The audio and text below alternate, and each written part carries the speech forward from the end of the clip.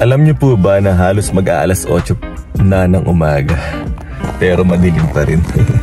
Yan, magbubukang liwayway pala. Parang kumbaga sa atin, parang sa Pilipinas, parang 5:30 na ng umaga.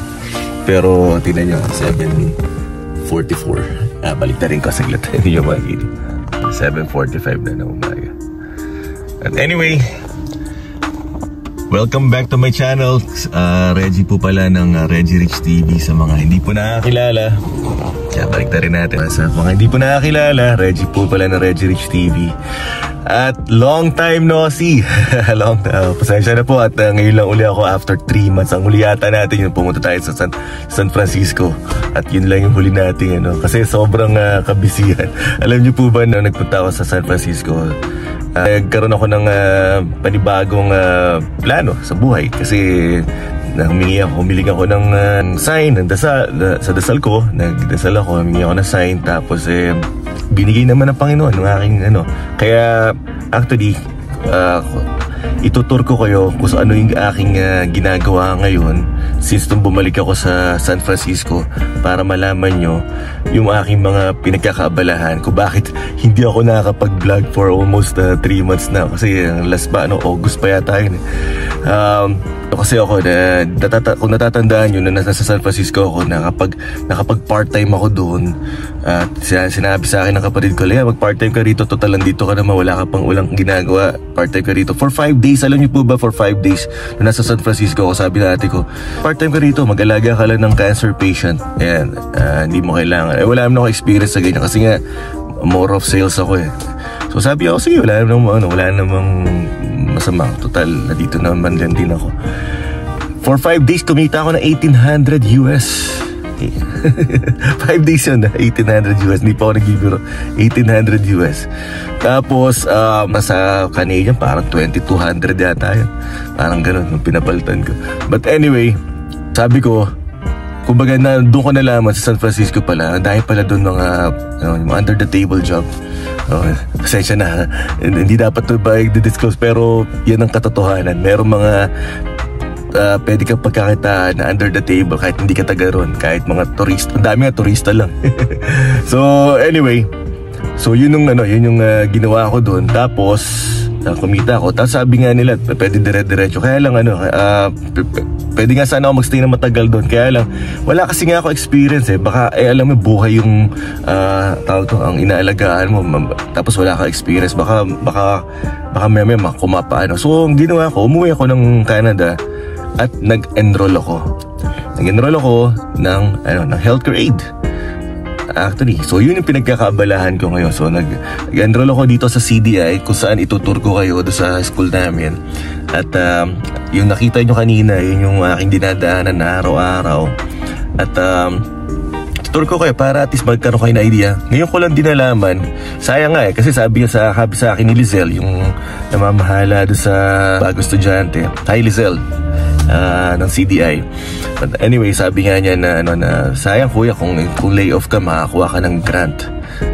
So hindi ko alam kung magkano, parang 10 grand yata yun. Pero hindi ko sure. Para sinabi niya sa akin, pagka lay off ang isang tao, mas lalo makakuha ng grant. Tapos kung may anak ka, ganyan, makakuha ka rin ng grant. But anyway, so apply ako student loan, aprubahan, tapos may extra pang pera. 8,800 lang yung course, pero ang na-approve sa akin is almost 16,000. So meron ako sobra, di ba? Tapos sabi ko, ayos ito kumbaga yun yung aking pinagkakabalaan. At nag-work pa, dapat kasi sa Herzing. Kaya lang sa Herzing, hindi ubra doon sa schedule ko. Actually, maganda na nga sana usapan namin nung Pinoy dun. Nakalimutan ko yung pangalan ng Pinoy. Napaka-bait din. Nagkataon lang yung schedule kasi is hanggang 2 o'clock ng hapon. Ang trabaho ko sa Bell is 12 to 8. So kailangan ko i-give up yung trabaho ko. Sabi ko patay pa pero which is actually willing na rin ako i-give up sana yun. Pero nung nag-second option ako, humingi ako ng second opinion, ako ng, nakausap yung CDI, doon ko na-realize na, magbo-work sa oras ko, 8 to 12, from 8 to 12, tapos 12 to 8 ako sa trabaho. So, every day, Monday to Friday, 8 to 12, dito ako sa CDI, at nag-aaral ako. Tapos napakabait pa ng mga ng teacher namin, mga estudyante. Makikita nyo mamaya, papakita ko sa inyo. And then nag-enjoy naman ako, sas marami ako natututunan. Kaya kung sa palagay nyo na kayo ay lay off at at wala kayong ginagawa, aral po kayo, malay nyo. Tapos nagkataon naman, nung alam nyo naman sa Bell, marami ka mamimit na tao. Marami akong mga nakausap na siguro experience o gantong career. Tapos ang isa sa mga na-meet ko ay mga nag-i-schedule ng travel healthcare, mga travel pag kung gusto mo so sinabihan na kagad ako ng 2 agency na pagkatapos mo dyan, sabit ka kagad ng para bigyan kita ng schedule sa ganito ganyan. So sabi ko ayos para talagang dinedirect ako doon sa mga tamang direksyon talaga. Kumbaga sa mga tamang tao para ito yung mga kukontakin ko. So yun yung kwento ko sa ngayon. Pero ligap, papasyal ko kayo sa school kasi mag 8 o'clock simulan namin. Kaya meron pa akong time para makapag Actually ngayon ko lang naisip talaga na bakit hindi ko i-vlog to, di ba? So liga, samahan niyo ako, pasyal ko kayo. So, dito ako nakapark. Nagpa-park parate. Kaya nalako na ba? Yun. Pero, hindi pa ako pwedeng magbili ng ticket para sa parking kasi 8 o'clock ka start. So, pinususit ko muna yung aking kotse. Tapos, meron pa ako 6 minutes. Halika, lakad tayo. Punta sa school.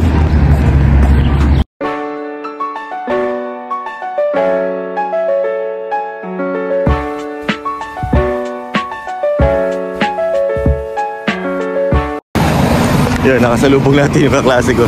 Mga agad dumating, bibili ng yun. Ayan, dito na tayo sa CDI. Ayan.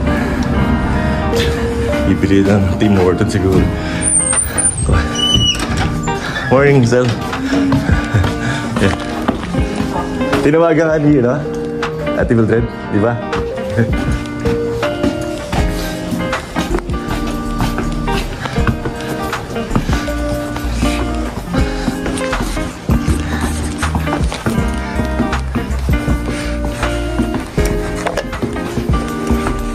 So, ito ang aming room. Morning.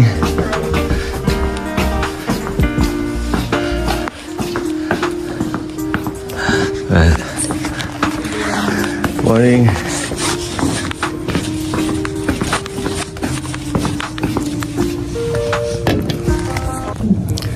So, ayan, maaga akong dumating. Wala pa yung mga klase ko, konti pa lang. At teacher namin dumarating yung maging so meron pa tayong almost 5 minutes para mag-start. So yun yung ginagawa ko. At least bukas pagkukwentuhan ko pa kayo ng iba.